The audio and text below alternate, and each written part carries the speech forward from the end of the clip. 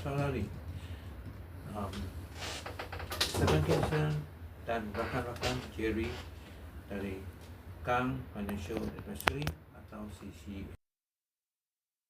Hari ini kita punya topik ialah melalui insentif yang diberikan oleh Kerajaan Sabah dalam bidang macam mana belia boleh dapat manfaat AI. Ini AI punya training. Jadi tadi ya dia punya tajuk lah. Jadi Kerajaan Sabah telah menetapkan fokus yang tinggi terhadap pembangunan kecerdasan bantuan AI dan teknologi pada tahun 2026 dengan peruntukan 164.01 juta di bawah rancangan Malaysia ke-13 untuk modal insan termasuk literasi AI.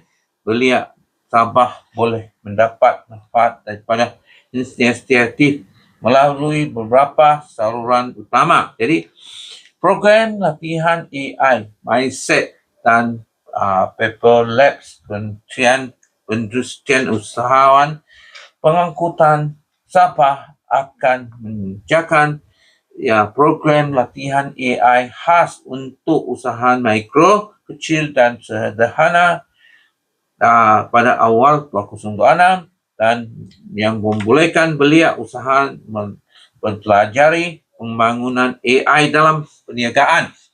Jadi pusat pembangunan belia boleh menyertai kursus AI literasi adoption dan mastering AI application level 2 yang dianjurkan oleh pusat pembangunan belia seperti Siri yang dijadualkan pada April 2026. Jadi, kedua ya pendidikan pembangunan modal insan. Jadi beasiswa dan bantuan pendidikan kerajaan negeri memperluas beasiswa dan bantuan pendidikan yang memfokuskan kepada bidang sistem dan AI, membolehkan belia mengikuti penganjalan tinggi dalam bidang teknologi. Jadi AI power classroom dan perluaskan konsep bilik darjah kuasa AI ke seluruh negeri akan mendedahkan pelajar dan belia kepada teknologi canggih. Jadi ketiga pemekasan tabiat TPET dan teknikal belia yang menyertai program pendidikan dan latihan technical vocational akan disepadukan dengan kemahiran AI untuk meningkatkan kebolehpasaran dengan sektor teknikal. Keempat, sokongan usahawan belia. Jadi dengan syabas 2.0 belia berumur 18 hingga 40 tahun boleh mohon bantuan kewangan melalui dana 10 juta ini untuk memulakan atau membangunkan perniagaan termasuk perniagaan berasaskan teknologi AI. Jadi sampai sini saya masih ada lagi lah. Kita boleh cari di Nova untuk mendapatkan maklumat ini. Jadi sampai sini saya jemput Jerry untuk ulas sedikit tentang hal ini. Jerry. Dari sudut pandang keuangan, perkara ini sangat penting untuk belia Sabah.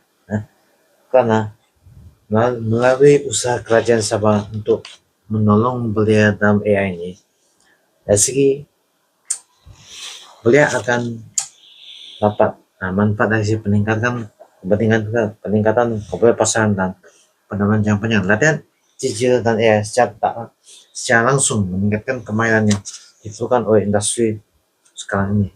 Latihan digital dan AI dalam sekolah politik yang benar belanja dibanding boleh dikurangkan melalui peruntukan kerajaan secara seluruh. Ini menyebabkan latihan AI dari pihak melalui bantuan peruntukan kerajaan akan jadi murah dan percuma. Sebab kalau swasta dia akan menjadi kemahiran latihan ini dari swasta akan menjadi lebih berat membandingkan. Oke, semua ekosistem pelabuhan Sabah. Oke, pelabuhan asing dan domestik Sabah akan meningkat sampai 76% pada 2026 pada 6,45 apabila pada 11,364 triliun. Ini menunjukkan usaha Sabah ini menunjukkan lebih banyak peran pegawai juga.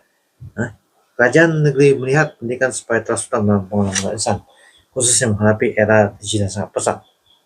Pembangunan usaha kerajaan sangat penting. Jika tidak, beliau akan kehilangan kerja. Di sini saja saya share. Terima kasih. Ya, jadi semua beliau dikesakan berburutlah peluang untuk mendapatkan training kepada semua ni AI ini dibantu oleh negeri Sabah, kerajaan negeri Sabah. Jadi silalah subscribe dan sokong. Terima kasih.